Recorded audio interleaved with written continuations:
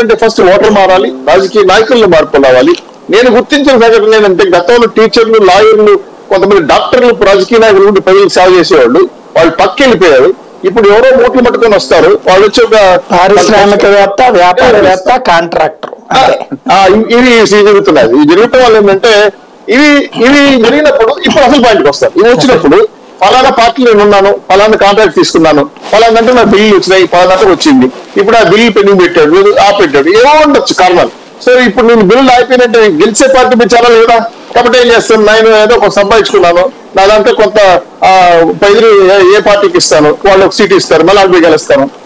ఎలా ఉందంటే చాలా రాజకీయాల్లో మెచ్యూరిటీ ఉండి చాలా రాజకీయ మార్పులు వస్తే తప్ప భారతదేశంలో వ్యవస్థలు మారితే ఖచ్చితంగా 100% నేను అనుకోవడం ఏంటంటే ఇంకా వచ్చే రాబోయే జనరేషన్ అయినా సరే ఆ ఓటు విలువ, ఓటుల ఎంత వజ్రాయులు అంటూ కనుక్కొని మంచి నాయకులు ఎన్నుకుంటే మీరు అన్నారు సంక్షేమ పథకాలు ఒక అవసరం లేదు సార్, చదువు వైద్యం ఇచ్చే నాయకులు ఇచ్చే వాళ్ళకి ఓట్లు వేస్తారని నేనైతే మనస్ఫూర్తి కోరుకుంటున్నాను. హనుమంత్ రెడ్డి గారు ఏమంటారు? ఇప్పుడే ఆల్రెడీ రోజు మనకి ఒక్కొక్క కాన్సెప్ట్ వస్తుంది అనమాట, ఒక్కొక్కళ్ళు బయటకు వస్తున్నారు. ఇవాళ తిట్టిన వాళ్ళు రేపు పొద్దున బాగానే ఉందంటున్నారు, మళ్ళీ కొత్త వాళ్ళు తిడుతున్నారు. ముందుగా మీకు జర్నలిస్ట్ ప్యానల్ ఉన్న సభ్యులకు అందరికి నమస్కారం సార్.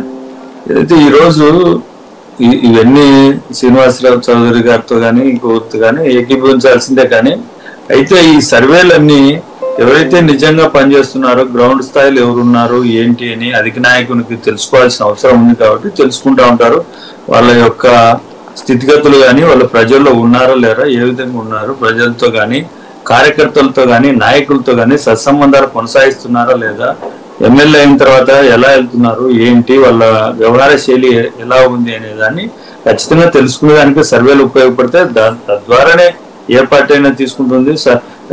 నాయకులతో ఎమ్మెల్యేలు అయిపోతానే నాయకులతో సత్సంబంధాలు కొనసాగించకుండా మాకేదో పెద్ద పదవి వచ్చిందని నాయకులను కార్యకర్తలను పట్టించుకొని వాళ్ళకు నెక్స్ట్ ఎలక్షన్లలో టికెట్లు ఉండవు. ఎందుకనంటే ఎలక్షన్లు అయిపోయి గెలిచిపోయిన తర్వాత నాయకులతో కానీ వాళ్ళతో కానీ సంబంధాలు కొనసాగించడంలే, వాళ్ళను తీసుకొని రావాలా, మనకు వీళ్ళు సాయం చేశారనేది కొంతమందికి లేదు. కాబట్టి అటువంటి వాళ్ళకు ఏ పార్టీలైనా పార్టీలలో ఏ పార్టీ అయినా తీసుకోవచ్చు, ఆ పార్టీలలో ఉండవు, ఖచ్చితంగా టికెట్లు ఉండవు. ఎందుకంటే వాళ్ళ నాయకులతోనే సంబంధాలు కొనసాగించినప్పుడు ఎంతసేపు బయట కూర్చొని బయట తిరుగుతూ ఉంటే దానివల్ల లేదు. కాబట్టి ఆ విధమైన సమస్యలు వస్తూ ఉంటాయి.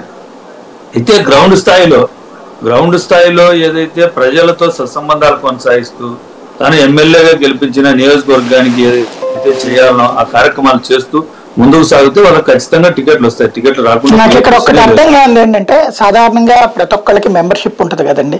మీ నియోజకవర్గంలో ఇన్ని వందల మంది కార్యకర్తలు, ఇన్ని వేల మంది కార్యకర్తలు ఉంటారు మెంబర్షిప్. వాళ్ళందరినీ కనీసం ఏ